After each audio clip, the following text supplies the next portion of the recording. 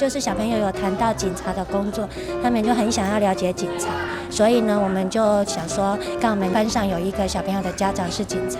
那个家长就很热心，告诉我们这个讯息，对，然后让我们去联络交通安全的宣导啊，或者是说性别平等的宣导，这样让孩子知道说哪些身体的部位不能碰啊什么的。对，都会在融入在平常的教学。身体哪里不可以给人家摸？都不能给人家摸。屁股，绿灯可以走啊，红灯停。爸爸妈妈骑摩托车的时候要怎么样才能出门？戴安全帽。刚才的幼幼班，我们就会先教导他们从红绿灯跟过马路的开始。那其实这些基础都是很简单的。其实到我们现在出社会了之后，还是有看到很多不同年龄层的，都还是有就是违规穿越马路的这个情形发生。那也因此，这就是我们目前在取缔的重点之一。掌握市政3分钟，台南进步向前冲。欢迎收看《市政3分钟》，我是林依婷。为从小建立小朋友的安全及危机意识，台南市政府妇幼警察队及交通大队都会定期到教育机构办理妇幼人身安全及交通安全宣导。红灯停、绿灯行及骑乘机车应佩戴安全帽等交通安全宣导，透过警察叔叔生动的描述方式及有奖征答的方式，让小朋友从做中学，而自己的身体哪些地方不能被触摸等身体自主安全意识也非常重要，让小朋友从小就懂得如何保护自己的身体。现在就让我们来听听妇幼警察队西警员怎么说吧。各位朋友，大家好，我是台南市政府警察局妇幼警察队宣导业务的承办人员戚翠兰。我们每年呢都会主动行文到各级学校，请他们来申请妇幼安全宣导的课程，内容主要有家庭暴力、性侵害、性骚扰防治、儿少保护、儿少性剥削以及人身安全保护等各个项目。如果学校有任何需求，例如性别平等教育、反霸凌或是毒品的话呢，我们也会尽量收集资料，跟各位同学来分享有关于这些毒品防治的观念。我们不只在各级学校，本市的机关或者是社区，我们也都有这个相互配合的动作，希望大家都对于自我保护的观念能够提升，以减少临时遇到状况的时候不知道该如何处置。所以呢，我们从小就会建立小朋友身体的自主权以及身体的界限，让他们知道如何保护自己的安全，遇到危险的时候应该如何的应对，以及在校园的部分呢，我们也会提醒各位小朋友有关于校园的治安死角应该如何预防，避免遭受到坏人的危害。因此呢，在这里希望大家都能够从小就注意妇幼安全观念的建立以及自我保护能力的提升。接下来请收看中嘉新闻。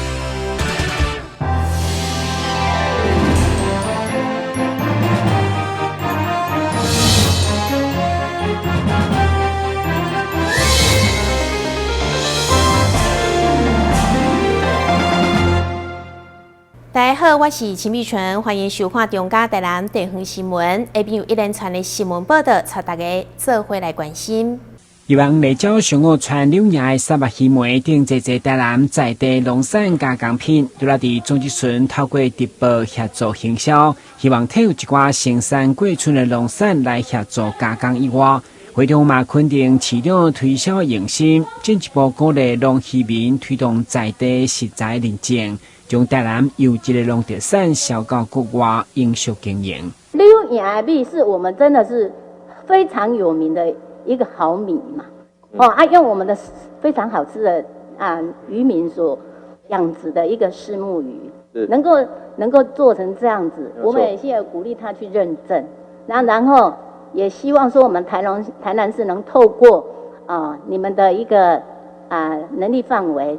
能够那么可以推广。可以把这个东西也行销出去，我们也很愿意努力。那说我的意思是说，最重要的是能够把农产品销出去，不管是以食材的面貌销出去，还是以农产加工的面貌销出去，其实都是好。所以您刚刚提到要推动台南雄青这部分，我们当然会继续努力，持续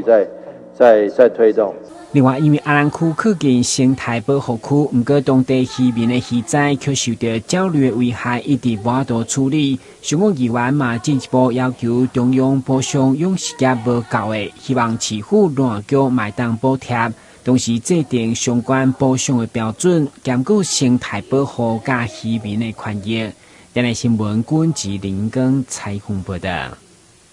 台湾多数人的总之顺持续关心高铁沙仑站连接南英五树的连外道路建设，以及连接宜林南路道路坎坎坷坷，要求改善以外，接续讲到大潭交流道卡的机车道，上期中营女大学生的事件有感离发，相当的悲痛，呼吁市府一定要将校园顶治安的死角正式监视器，互民众安心。赶快去装监视器。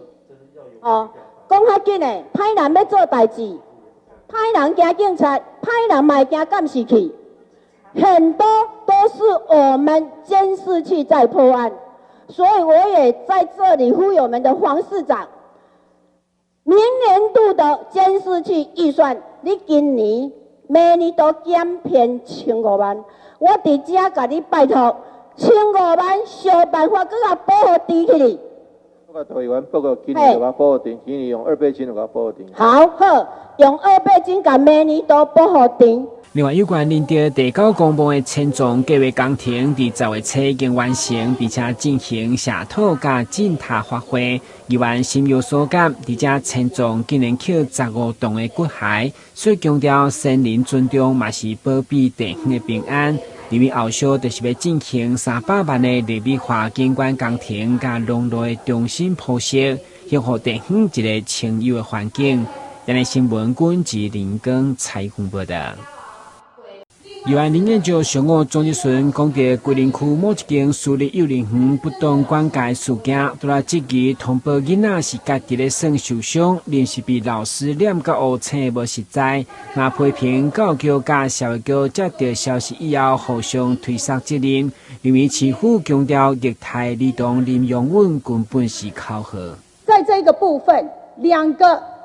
单位互推皮球，然后不知道谁该去做任何他应该做的。教育局在等社会局，社会局认为说这个是教育局，我不知道你们2个局处到底是怎么了，然后问题点在哪里？问题点是调阅监视器的问题，在调阅监视器为什么要选择性只有这个地方，然后其他不用去调阅，就是这个发生的地方吗？然后其他的学校的监视器不用去调阅吗？社会局调1次，教育局再调1次，警察局再调1次，你不会这个认为是我们各自为政吗？所以我希望这个事件未来要如何的做解决。讲难听一点，虐童非零容忍，市长，市府局是失职，市长颜面尽失。到底我们的体制是各自为政或行政一体？跟你做报告，针对法规不完备的部分，我们行政单位应该把它补足，因为的确在儿少这个权利保障法跟幼照法这个中间呢，事实上在处理上必须要社政先行，教育再行。但是我们把它补足，这个部分我们已经处理了。因为孩童，我说实在的，市长一直说虐童零容忍，这不是口号，你们不要再互推皮球，拜托了。跟你做报告，24小时之内。我们跟社会局联但是这一所学校通报就是不实，我希望让你知道一下。所以通报不实会处分。教育会后发表声明，表示因甲社会局已经建立合作模式，等幼儿园发生液态事件，通报以后一定是马上启动联合稽查，针对监视违反幼儿教育照顾法，或是无适当的体罚进行调查。一旦调查属实，将连续处分，相当将废止设立许可。用到液态零容忍绝对袂拍折。咱的新闻军自林根采访报道。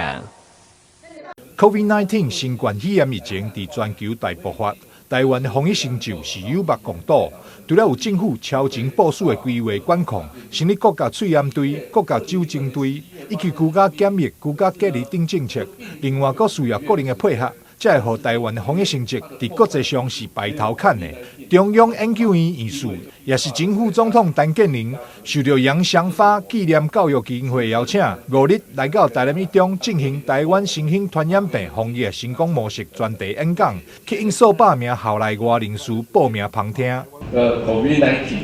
所以实际上人类不断的接受新型传染病的挑战。所以，当我们面临了这些新型传染病挑战的时候，我们怎么样来做呢？全世界都应该要团结合作，一条心。我们就是所谓的世界大同的理想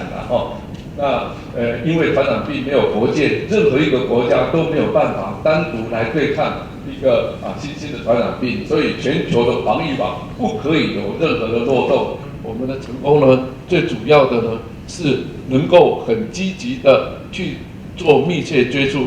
踪，然后呢来进行居家检疫这件事情是我们做得很成功的。很可惜，全世界都没有办法像台湾学习以往 SARS 的经验来做好这一个密切者追踪，还有呢这一个隔离的工作。前副总统陈建仁也以电影《侏罗纪公园》内底一句台词，比如病毒嘛会变形进化，找到家己的出路。那就像侏罗纪公园里面的迷年生命都会找到它自己的出路。病毒在找它的出路的同时，人类也在找它的出路。所以当病毒跟人类相遇的时候呢，它对人类的文明有很多的改变，战争的胜败文明的进步甚至科技的进展，通通跟文理有很大的关系就是因为人类有疾病的挑战，所以我们的医学才会不断的进步才有今天的成果。台南一中校长廖才久嘛特别感谢陈建仁院士将专业的思维转化为普及语言，让高中学子甲社区民众拢会当了解防疫的关键。台南新闻张硕伟采访报道。让我们和旅行达人面对面，聆听他的所见所闻，同时选择一本好书，陪伴每一趟精彩的旅程。就让我们跟着旅行达人的脚步，一起走入阅读森林吧！敬请锁定每晚8点半第3公用频道。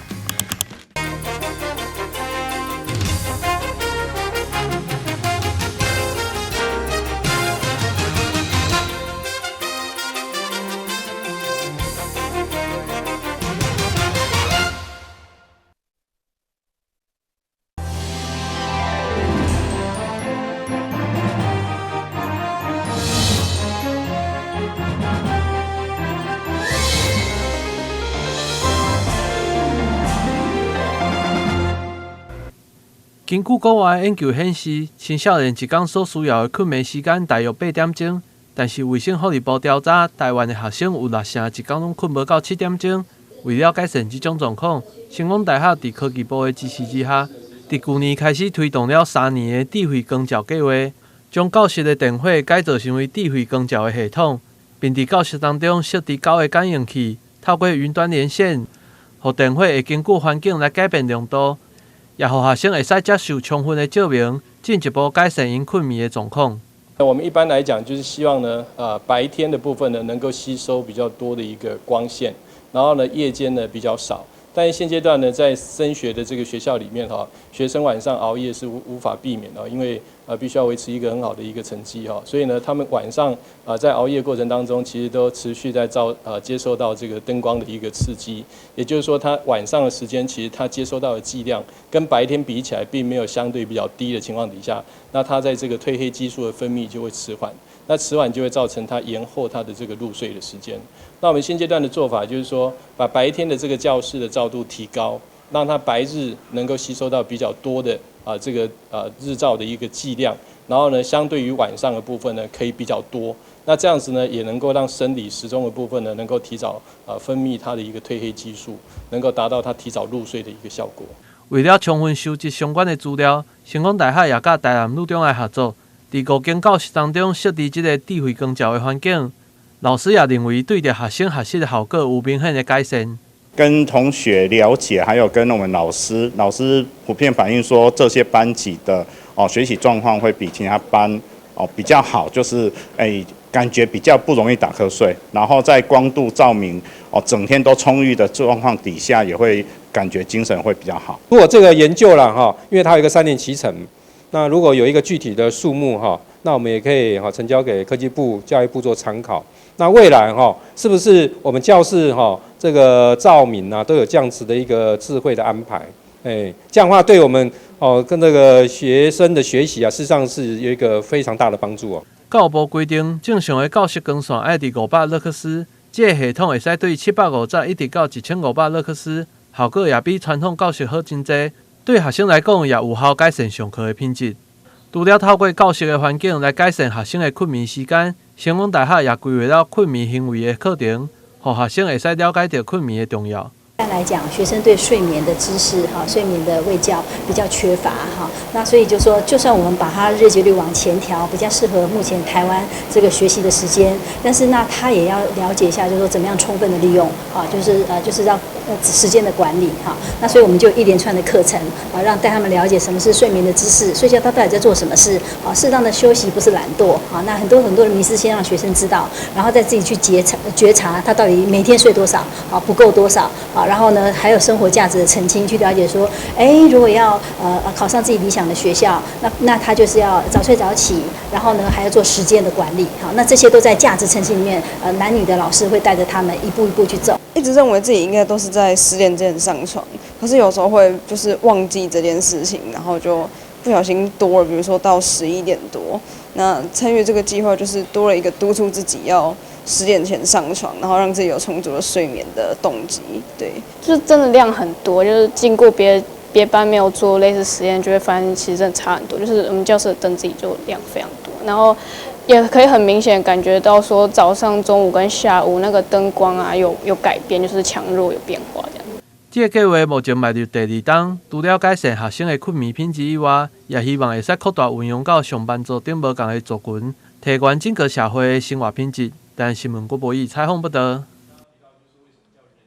5日，伫路德长照中心有一场温馨的音乐演奏会，知名二胡演奏家温金龙去年带领乐团来义演的时阵，当时就有几位长照中心的长辈，因为听到胡老师团队的演奏了后，就开始跳起国标舞助兴。安尼的场景也让温金龙印象真深刻，所以伫今年岁末年终一节，再度为路德长照中心规划了一场演出，用音乐温暖长辈心。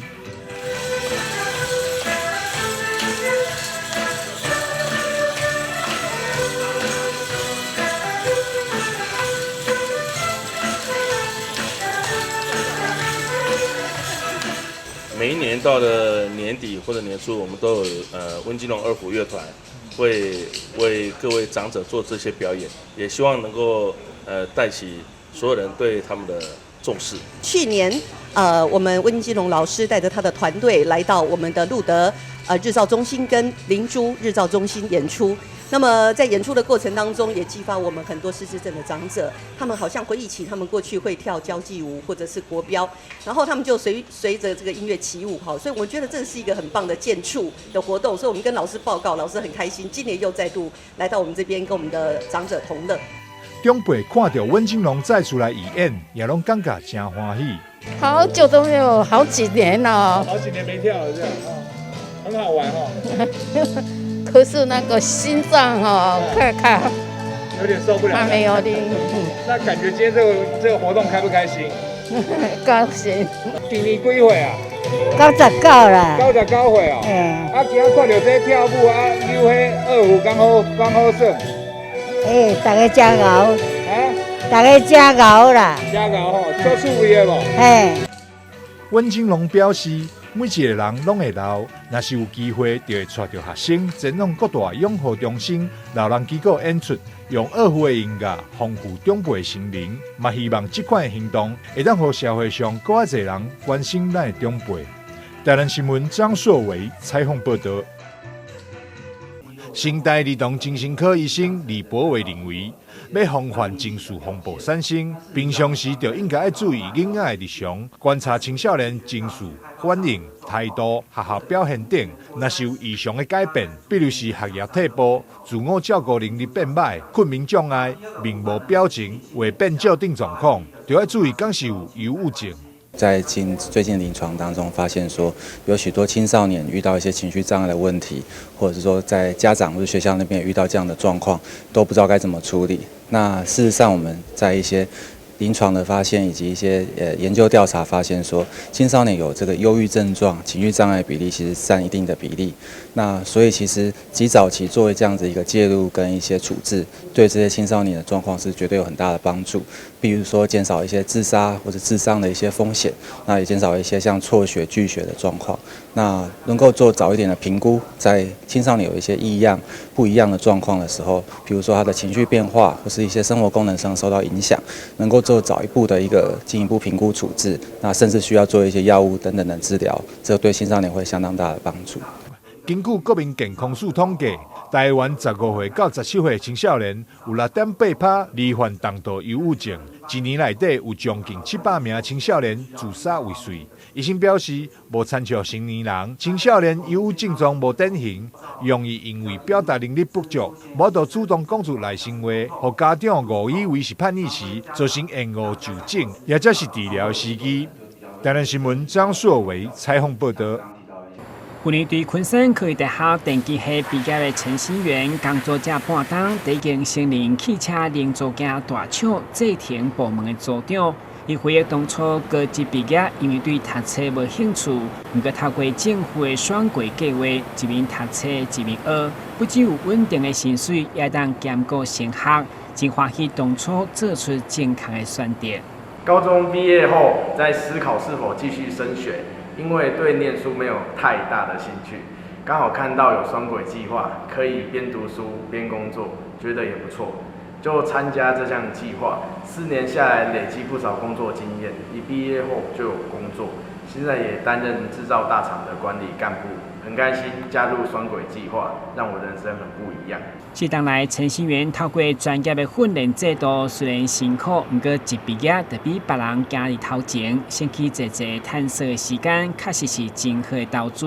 根据了解，目前分家南分署伫辖区内面参加该计划，就有南台、昆山等4间学校9个科系来协助青年。双轨训练计划推动多年，云嘉南地区的学子参与的有1500多人。那劳动部呢会补助我们学生1半的这个学费，同时训练期间呢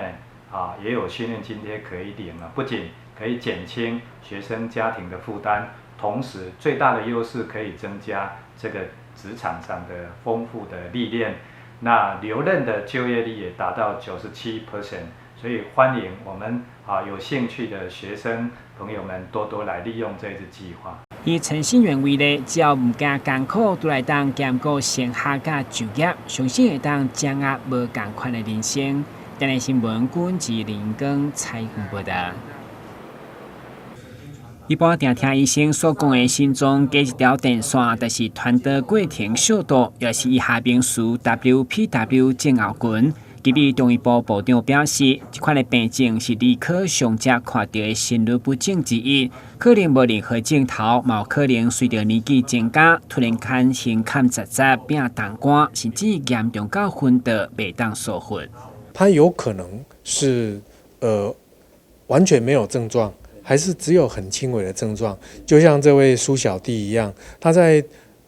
发生的大概六年之前，其实就有轻微的胸闷心悸，但是因为不影响生活作息也没有严重的心律不整，所以也没有吃药，那也没有看医生他是一直到他14岁的时候严重的发作，去找医师做心电图，才确认这个疾病的。当然，面对心律不整，徛伫西医的角度，就是先以迷走神经刺激术来处理，再来才是药物治疗。毋过，若拢无法度控制，参像一位国小5年学生，才放弃最后一部电烧，就是用中医药来调理。结果5个月后，已经会当恢复正常的运动，而且无搁再发作。西医他在控制这部分做得很好，比如像你电烧，那有70%的成功率。